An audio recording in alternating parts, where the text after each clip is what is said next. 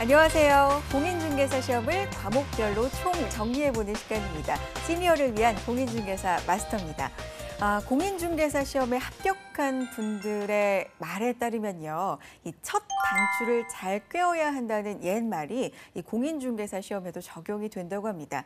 물론 1차와 2차 시험을 하루에 치르기는 하지만 부동산학 개론이라는 시험이 1차 시험에 포진이 되어 있기 때문에 이 1차 시험을 얼마나 잘 무사히 치르느냐가 전체적으로 공인중개사 시험 합격 그 당락에 영향을 크게 미친다고 하더라고요. 그런데 부동산학 개론 너무나 이해해야 될 게 많고 그래프도 많이 나오고 심지어 계산 문제도 나온다. 너무 어려워하시는 분들 많습니다. 그런데 저희가 하루하루 중요한 문제 중심으로, 중요한 개념 중심으로 정리를 해드리고 있거든요. 차근차근 함께 하시면 그 고민이 좀 사라지지 않을까 생각이 드네요. 자, 오늘도 부동산학 개론의 지존 이희봉 교수님의 강의 준비해 놓고 있습니다. 지금부터 시작해 볼게요. 박수로 맞아주세요.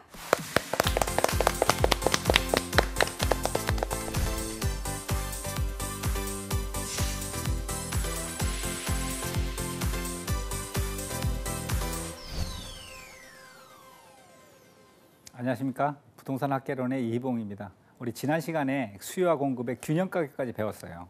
오늘은 거기서 진행을 하겠습니다.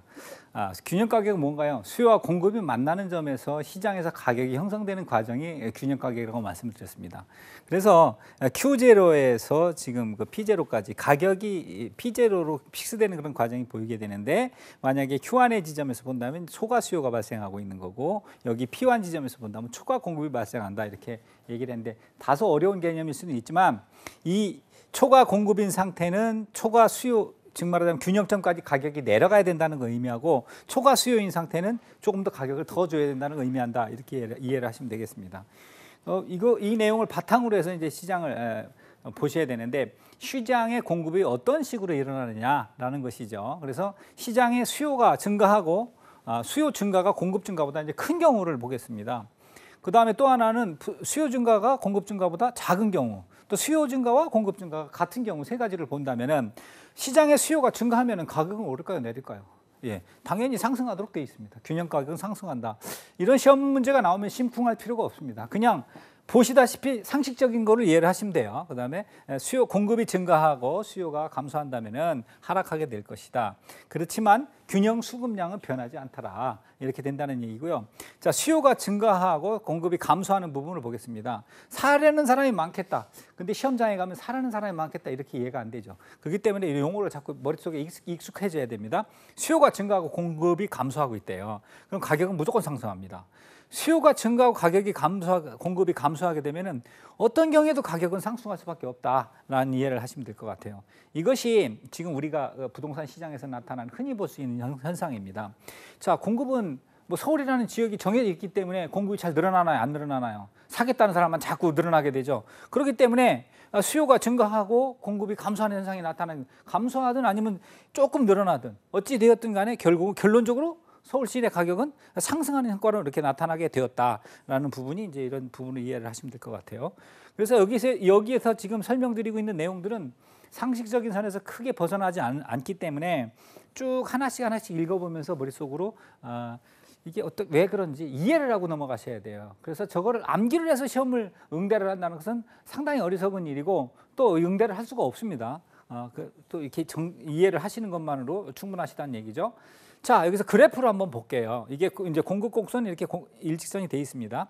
그래서 여기 지금 P0에서 지금 이렇게 수요가 이루어지고 있네요. 그래서 수요가 늘어나게 됐어요. 그러면 가격이 지금 균형 가격이 높게 형성되는 지금 그림이 나오고 있죠. 그래서 수요가 증가하고 공급은 변하지 않는다고 그런다면은, 그러니까 시장에 사려는 사람은 잔뜩 있는데 공급은 하나도 늘어나지 않고 있어요. 예를 들어 강남시장. 가격 가파르게 오를 수밖에 없겠죠. 이런 것들이 바로 균형 가격이 상승하고 거래량도 늘어나게 되는 것이다, 이렇게 보시면 되겠습니다. 수요는 감소하는데 공급은 불변인 현상이 있어요. 여기서 이제 보신다면은 이 옆에 그래프를 보시면 되겠습니다.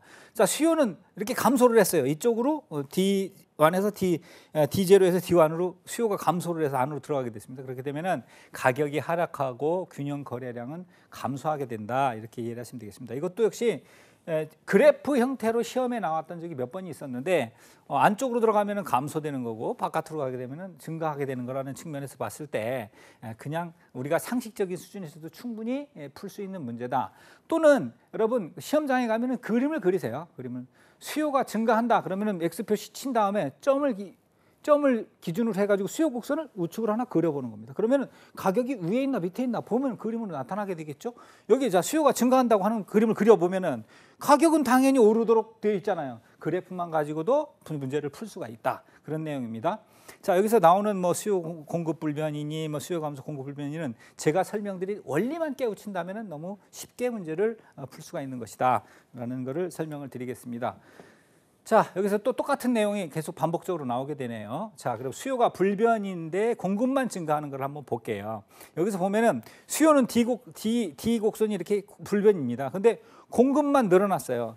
즉 사겠다는 마음은 없는데 뭐 자꾸 미분양 아파트를 짓는 거예요. 그러면은 가격을 싸게 해야지 팔리겠다 아니면 그냥 놔둬야 되겠다. 이렇게 싸게 해야지 팔리게 된다. 그럼 그걸 고급스럽게 설명을 한다면 균형 가격은 하락할 수밖에 없겠다. 이렇게 설명을 드리면 될 것 같습니다. 자, 여기는 수요는 불변인데 공급이 감소했다고 보죠. 그렇다고 그런다면 균형 가격은 상승하고 거래량은 감소한다. 이렇게 이해를 하시면 될 것 같습니다. 그래서 수요가 변하고 공급이 변하는 것에 따라서 균형 가격에 어떤 영향을 미치느냐라고 하는 것은 어느 쪽이 더 크냐 하고 영향을 미칩니다. 그래서 수요는 10만큼 감소하고 공급도 10만큼 감소했다면은 반드시 그만큼의 어떤 변화가 일어나게끔 되어 있다라는 부분입니다. 이게 수요 증가와 공급 증가가 시험에서 자주 다뤄지는 이유가 뭐냐면은 여기서 지금 그 수요 증가와 공급 증가를 정확히 설명할 수 있는 것이 중개사여야만이 그렇습니다. 시장의 지배자는 누구일까요? 지배자라고 말하긴 그렇습니다만은 부동산 시장을 움직이는 사람 역시 중개사입니다. 중개사가 이 수요와 공급을 설명하지 못한다 그런다면은 대단히 큰 문제이기 때문에 이 수요와 공급은 상당히 어려운 문제라도 반드시 출제해야 된다 이렇게 이해를 하시면 될 것 같습니다. 자, 수요와 공급이 동시에 변동하고 변동 비율이 다르게 나타나는 걸 한번 보겠습니다. 수요 증가가 공급 증가보다 크다면 그러면은 그래프를 역시 그려놓고 보는 거예요. 수요 증가 폭은 더 크게 그리고 공급 증가 폭은 조그맣게 그려놓고 그렇게 보면 한번 그림 한번 그려볼까요? 이것이 됩니다. 자 이렇게 그려놓고 수요 증가 폭이 공급 증가보다 크다면 그러면 이렇게 크게 그리고 공급 증가는 조그맣게 그리는 거예요. 가격이 올라갔나요? 어떤가요? 올라가고 가격도 올라가고 양도 늘어났죠. 이렇게 본다는 얘기예요. 그래서 균형 가격 상승하고 균형 거래량도 증가한다. 이렇게 그림을 그려서 설명을 해야지 이 책을 100번 읽어서 이 지문을 100번 읽어서 푼다. 이거는 상당히 어려운 내용입니다. 그래서 자 수요 증가가 공급의 감소보다 작다면 이것도 한번 풀어볼게요. 이렇게 해서 수요 증가가 공급 증가보다 작답니다. 공급은 이렇게 크게 나는데 수요 증가는 이렇게 됐답니다. 그러면 점이 여기였는데 어떻게 됐나요? 어디로 이사를 했나요? 여기로 이사를 했죠. 그러니까 균형 가격보다 조금 더 내려갔는데 가격은 올라갔네요. 그러니까 균형 가격은 공급의 감소보다 작다면 수요 증가가 균형 가격은 상승했지만 균형 거래량을 감소하는 형태로 나타난다. 이런 거 그림을 그려서 푸시는 방법을 여기 있는 내용들을 아까 제가 말씀드렸듯이 자 수요의 증가다 그러면은 균형점을 그려놓은 다음에 수요의 증가면은 이 그림을 그리는 거죠. 공급 감소가 더 작다 그런다면 요즘 좁게 그리고 그러면은 이 그림상으로 올라갔는지 내려갔는지 이쪽은 양이고 이쪽은 가격이죠. 보여요. 이게 이렇게 푸실 줄 아셔야 된다는 얘기예요. 이게 상당히 어려운 난이도가 있는 문제처럼 보이는데 막상 시험장에 가서 이 문제가 나오면은 이거를 머릿속이 복잡하니까 그림을 안 그리려고 그래요. 그림을 그리면 손쉽게 해결된다. 제가 지금 그 그림 그리는 방법을 설명을 드렸다. 이렇게 이해를 하시면 되겠습니다. 자, 그다음에 수요와 공급의 변동 비율이 주어졌다 안 주어졌다 이제 그런 부분에 대한 얘기가 되겠네요. 주어지지 않았을 경우에는 균형 가격은 변화를 알 수가 없고 그다음에 균형 거래량은 반드시 증가한다 이렇게 이해를 하죠. 그러니까 어떤 수요나 공급에 대한 양을 지정해 주지 않았을 때 뭐가 뭐보다 더 크다 작다 이런 얘기를 안 했을 때는 항상 뭐만 변한다고 거래량은 일단은 변하고 본다. 뭐는 변화를 알 수 없고 가격은 올라갔는지 내려갔는지 알 수 없고 여기서 거꾸로죠. 수요가 감소하고 공급이 감소했다 그런다면은 가격의 변화는 알 수 없고 역시 거래량은 반드시 감소했다 이렇게 나타난다는 것입니다. 그림을 그려보세요. 역시 아까 말씀드렸던 내용하고 크게 다르지 않습니다. 자, 같은 내용이 반복되는데 스킵하고 넘어가도록 하겠습니다. 탄력성이 중요한 내용이기 때문에 아까 제가 그 비탄력적인 내용 부분에 대해서 설명을 드렸었어요. 저는 지난 시간에. 자, 그래서 가격 변화율에 대한 수요량의 변화율을 말한다. 이게 좀 계산하는 문제가 매년 한 문제씩 등장하는 경향이 있는데 뭐 올해도 나올 가능성이 있죠. 자, 이걸 항상 외울 때는 쉽게 계산을 합니다. 쉽게 계산을 합니다. 가격분의 량이죠.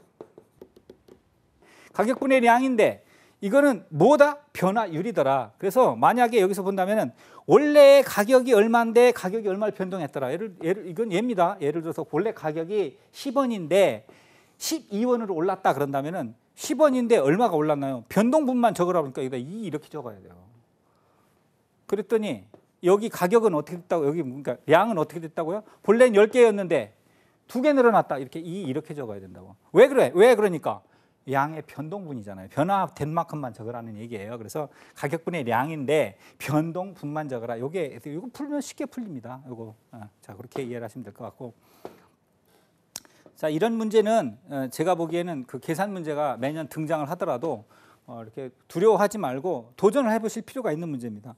매년 등장을 하는데 이거 계산 문제 다 스킵하고 넘어가면은 풀 수가 없다라는 얘기죠. 자 여기서 한번 볼까요? 10% 하락하고 50% 증대했다. 그러면 10분의 50이기 때문에 5가 된다. 그럼 탄력성이 1보다 크기 때문에 상당히 탄력이 높다. 이렇게 이해를 하시면 될 것 같아요. 그리고 여기서는 밑에가 항상 뭐다? 가격분의 량이니까 가격이죠. 가격이 10% 하락했는데 수요량은 5%밖에 안 늘었답니다. 그러면 0.5 그러면은 비탄력적이라는 얘기입니다. 탄력성이 1인 것은 단위 탄력적이라고 설명을 드립니다. 그래서 가격이 더 많이 변했느냐, 양이 더 많이 변했느냐 매우 중요한 내용이다라는 거예요. 여기서 설명드리는 탄력성이 0이면 완전 비탄력적인 경우가 탄력도가 0인 경우고 탄력성이 0과 1의 사이에 있을 경우에는 비탄력적인 편에 속하고 탄력성이 1이면 단위 탄력적, 탄력성이 무한대로 늘어나면 탄력적, 탄력성이 무한되면 완전 탄력적 이렇게 설명을 한다. 그러면은 탄력성이 0인 경우에는 아까 보셨다시피 토지의 공급 곡선이 이렇게 나타났듯이 완전 이렇게 수직으로 나타나게 됩니다. 그 다음에 여기 탄력성이 1인 경우라고 그런다면은 단위 탄력적이 되겠죠. 이렇게 나타나게 되겠죠. 이런 경우가 나타나게 되겠고 탄력성이 무한대다 그러면은 이렇게 눕게 됩니다. 이렇게. 그래서 수평이냐 수직이냐 수직은 완전 비탄력적인 거고 완전 탄력적인 것은 수평 상태로 나타나게 된다. 그래서 기울기의 절대값이 클수록 비탄력적인 것으로 나타나게 되더라라는 이런 탄력성에 관한 내용들을 이해를 하시기 바랍니다. 자, 그 다음에 이제 우리 앞서서 제가 설명드렸던 내용이 여기 지금 그림으로 좀 설명이 되고 있네요. 수평 상태로 나타나게 되는 것은 탄력도가 무한대로 가는 경우를 말하겠고, 그다음에 수직 상태로 나타나게 되는 것은 탄력도가 완전 비탄력적인 것으로 가는 것을 말하게 되더라. 탄력적이라고 하는 것은 수요량의 변화율이 가격 변화율보다 같거나 더 크게 나타났을 때 탄력적이 됩니다. 그래서 이럴 때는 즉 말하자면은 탄력적이라고 하는 것은 수요량의 변화율에 대해서 가격 변화율이 수요량의 변화가 더 크기 때문에 임대 수입이 증가하게 되는 그런 현상이 되게 됩니다. 가격이 하락이 일어나게 되고 가격이 상승이 일어나게 되면 임대 수입이 감소하게 됩니다. 이렇게 이해를 하시면 될 것 같아요. 임차인들이 탄력적이야. 임차인들이 탄력적이라고 그런다면 내가 집세를 올리면 그 사람이 도망갈까요? 가만히 있을까요? 딴 데 갈 데 많아. 그러면은 당연히 갈 데 많기 때문에 다른 집으로 이사를 가게 된다. 이사를 가게 되면은 임차인들이 탄력적이면은 임대인의 수입은 줄어들게 되겠죠. 가격이 올리게 되면은 임대 수입은 감소하게 된다. 그 다음에 수요량의 변화율하고 단위 탄력적이라고 하는 것은 변화가 없는 것을 말하는 거고, 비탄력적인 경우, 임대인이 비탄력적인 경우에는 가격을 올려도 도망갈 수가 없기 때문에 임대 수입은 증가하게 된다. 가격 상승. 이 두 개 달 볼 필요 없이 가격 상승 부분만 보시면 될 것 같습니다.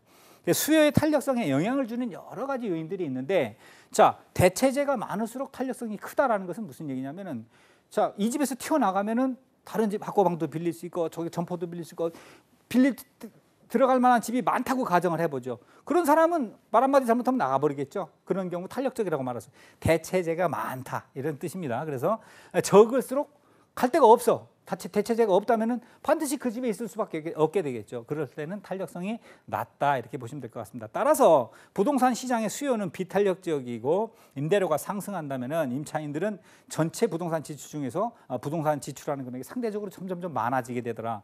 물론 이렇게 자꾸 이런 일이 자꾸 일어나고 전세값이 점점점 오르니까 정부에서 전세값을 전세값을 규제한다든가 대출을 준다든가 이런 것들이 많이 일어나게 되죠. 사실 우리 주변에서 일어나고 있는 흔한 현상인데 이것은 뭐다? 전셋집이 많지 않죠. 나가려고 그랬더니 대체재가 별로 없어요. 그렇기 때문에 비탄력적이 되는 겁니다. 1년에 2천만 원 올려달라, 3천만 원 올려달라, 올려줄 수밖에 없게 되는 거예요. 이것이 바로 대체재의 문제다. 이렇게 이해를 하시면 될 것 같습니다. 자, 용도가 다양할수록, 용도 전환이 쉬울수록 가격 탄력성은 커진다. 우리 집을 학고방은 좀 그렇습니다만은 상점포로도 쓸 수 있고 주택으로 쓸 수 있어. 그러면은 우리 집의 그 가격 탄력성이 점점점 높아지는 거죠. 좀 더 비싸진다고 볼 수가 있겠죠. 자, 필수재보다는 비탄력적인 데 비해서 사치재는 보다 탄력적이더라. 사치재는 지금 말하는 고급주택은 가격 등락폭이 커요.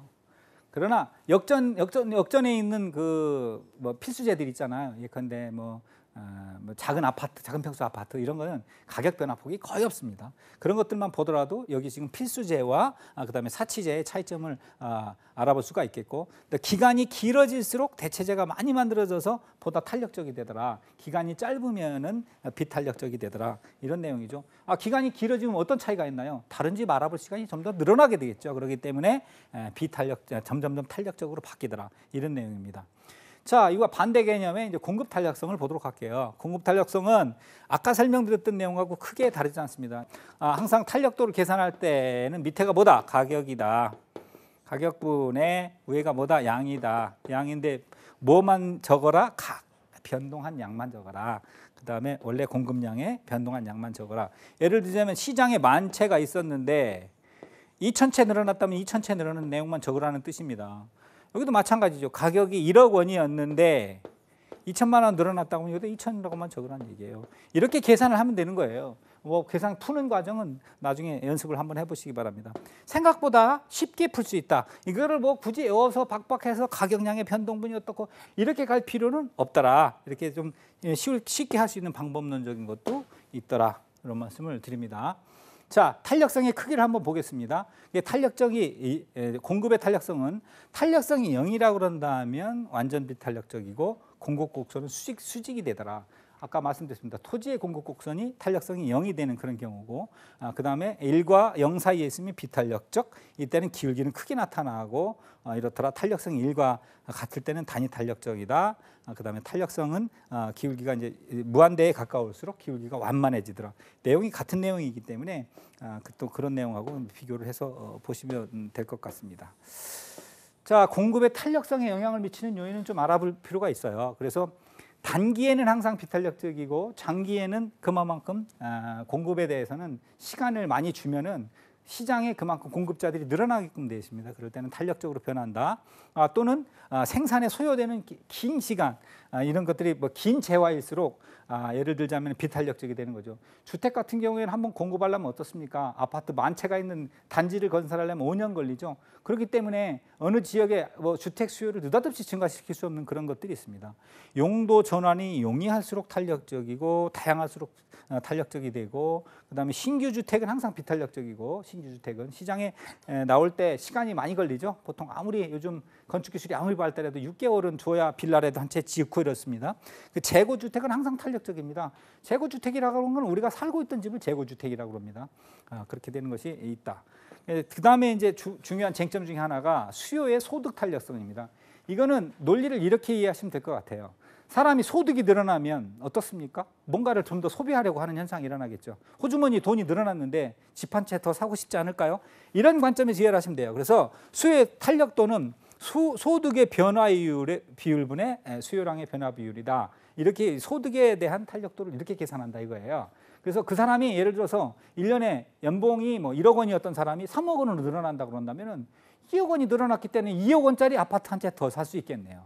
이렇게 이해를 하시면 될 것 같습니다. 그래서 여기서 아까 설명드렸던 내용 중에 또 하나인데 정상재와 열등재가 있어요. 소득이 증가했을 때는 수요도 증가하는 것이 정상재인데, 그다음에 열등재, 소득이 증가했더니 오히려 수요가 감소하더라. 제가 옛날에 먹던 개떡을 예를 들어서 설명을 드렸습니다만은 소득이 막 늘어났더니 오히려 개떡이 안 팔리고 비싼 빵만 팔리더라. 뭐 이런 것들이 이제 열등제라고 볼 수가 있겠다 이런 내용이에요. 뭐 적절한 예인지는 모르겠습니다만은 이해를 빨리 하시기라고 설명을 드린 내용이니까 그렇게 이해를 하시면 될 것 같습니다. 그래서 일반적으로 정상제는 일반 주택이고 열등제는 불량주택이에요. 불량주택은 우리 시장에 허름한 주택이 많이 있는데 사람들이 소득이 감소하면 오히려 불량주택이 더 많이 소득이 늘어나게 되는 매매가 늘어나게 되는 그런 현상이 일어나게 됩니다. 그리고 중간재는 뭐냐면 뭐 비가 오나 눈이 오나 늘 잘 팔리는 거, 사람이 먹고 살아는 가장 필수적인 것들은 중간재가 된다. 이렇게 보시면 되겠습니다. 자, 교차 탄력성. 아까 우리가 소득 탄력성을 말씀드렸는데 교차 탄력성이라고 하는 것은 다른 재화, 어떤 재화와 다른 재화 간의 그 탄력성을 말하는 겁니다. 그래서 재화, Y재화의 수요량의 변화율이 예를 들어서 X자의 수요량의 변화율하고 같이 영향을 미칠 때입니다. 그래서 얼마만큼 민감하게 두 개가 작용을 하느냐 이런 것들이 이제 되겠죠. 그래서 그 박스를 보면서 한번 설명을 드릴게요. 예컨대 대체재 문제가 있습니다. 그래서 사과 가격이 올라갔더니 사과 수요는 감소하고 배 수요는 증가하더라. 배를 먹어도 되고 사과를 먹어도 되고 이렇게 생각하는 사람이 많다면 이런 현상이 일어나게 되겠죠. 자, 그러면은 배 수요는 증가하게 되고 사과 가격이 상승했더니 사과 수요는 감소하는 대신 배 수요는 증가하더라. 이것이 대체재 관계에 있어서의 어떤 교차 탄력성 부분이 되겠습니다. 그래 이거를 수요 곡선이 이동할 때는 어떻게 이동하느냐 그러면은 대체재가 가격이 상승하게 되면은 수요가 늘어났기 때문에 수요 곡선이 좌측 편이 우측 편으로 이렇게 늘어나게 된다. 우리가 아까 전에 설명드렸듯이 수요 곡선은 이렇게 균형점이 있다고 그런다면은 보면은 내가 이게 사과의 수요예요. 사과의 수요인데 예를 들어서 대체재가 가격이 상승을 했어요. 그랬더니 배 가격이 만약에 올라갔다고 치죠. 그러면은 이렇게 배 가격이 올라갔다면 사과 수량은 늘어나게 되더라. 이런 내용이 되겠습니다. 이렇게 이해를 하시면 될 것 같고, 그래서 대체재 가격이 하락하면은 좌하향으로 이동하고 또는 대체재 가격이 상승하면은 우상향으로 이동을 하더라. 이런 내용까지 이제 이해를 하시면 될 것 같아요. 자, 보완제라고 하는 것은 커피 가격이 오르면은 설탕 가격도 같이 따라 오르더라. 이런 측면에 있어서 보완적인 성격을 가지는 두 재화 간의 성격을 말하는 것이 되겠습니다. 그래서 보완제 가격이 상승하면은 좌하향으로 이동하고 그다음 보완제 가격이 하락하면은 좌상향으로 이동하더라. 그런 부분. 좌측이라고 하는 것은 항상 감소되는 측면이라고 이해를 하시면 될 것 같고, 우측이라고 하는 것은 항상 증가되는 측면이라고 이해를 하시면 될 것 같습니다. 좌냐 우냐, 좌는 감소, 우는 증가. 이렇게 독립제라고 하는 것은 뭐냐면 이것이 상승을 하든 말든 이것이 뭐 예를 들어서 사과 가격이 상승을 하면은 X제의 사과가 수요가 감소하고 그다음에 Y제의 설탕 수요가 전혀 그것에 영향을 미치지 않는 그런 경우를 이제 독립제라고 이해를 하시면 되겠습니다.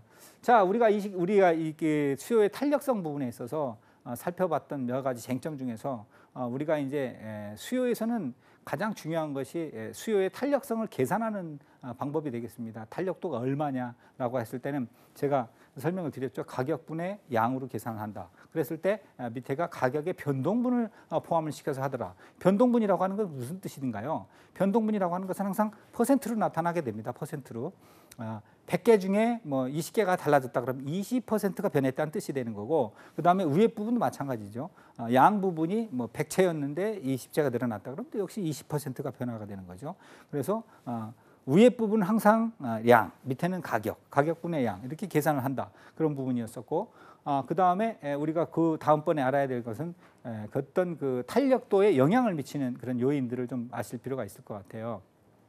그런데 대체재가 많으면은 탄력성이 커진다든가, 아니면은 단기일수록 항상 탄력도는 가파르고 탄력도는 뭐 비탄력적이 되고, 장기일수록 항상 탄력도는 커진다. 이런 부분도 좀 이해를 하실 필요가 있을 것 같고, 그것은 이제 공급적인 측면에서는 장기 단기를 많이 따지지만 수요 측면에서는 보완제가 있느냐, 대체제가 있느냐, 또 혹은 뭐 아까 말씀드렸듯이 임차인과 임대인의 관계에 있어서 임대인이 임대 가격을 올렸을 때 임차인이 어떻게 행동을 할 것이냐, 시장에서 예를 들어서 임대료를 가격을 상승을 시키면 시장에 대체제가 그만큼 많이 있다고 그런다면은 임대 수입은 오히려 감소하게 될 것이다. 왜? 그 사람이 집을 뭐 나가버릴 거기 때문에 뭐 이런 것들이 있다. 그다음에 임차인이 비탄력적이라면 가격을 아무리 많이 올려도 그 사람은 고스란히 그거를 다 감당할 수밖에 없게 되지 않느냐. 그것은 역시 우리가 전세시장 가격이 많이 올랐던 상황을 제가 빗대어서 설명을 드렸습니다. 우리가 이번 시간에 봤었던 것은 균형 가격이 형성되고 수요의 탄력도가 어떻게 형성이 되는지 또 공급의 탄력도가 어떻게 형성이 되는지에 대해서 배워봤습니다. 또 그리고 그다음에 소득에 대한 교차 탄력성 또는 그 대체제에 의한 교차 탄력성 부분에 대해서 공부를 했습니다. 우리가 이제 수요와 공급에서 통상 6문제가 출제가 되는데 이쪽에 탄력도와 관계된 문제는 반드시 한 문제 이상 출제가 된다. 또는 X제가 가격이 상승하면 Y제가 가격이 상승할 것이냐 말 것이냐 하는 부분에 대해서 항상 중요한 점이다라는 것을 반드시 기억해 두시기 바랍니다. 자, 오늘은 여기까지 설명을 드리겠습니다. 감사합니다.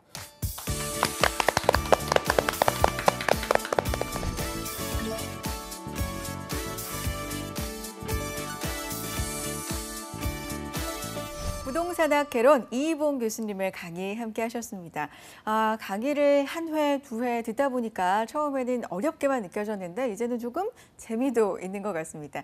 이 부동산학 개론이라는 게 암기를 하려면 한없이 어렵지만 우리 주변에서 일어나는 실제 사례들을 중심으로 그 논리를 이해하기 시작하면 좀 재밌어진다라는 전문가들의 말이 사실이구나 느낄 수가 있게 되는데요.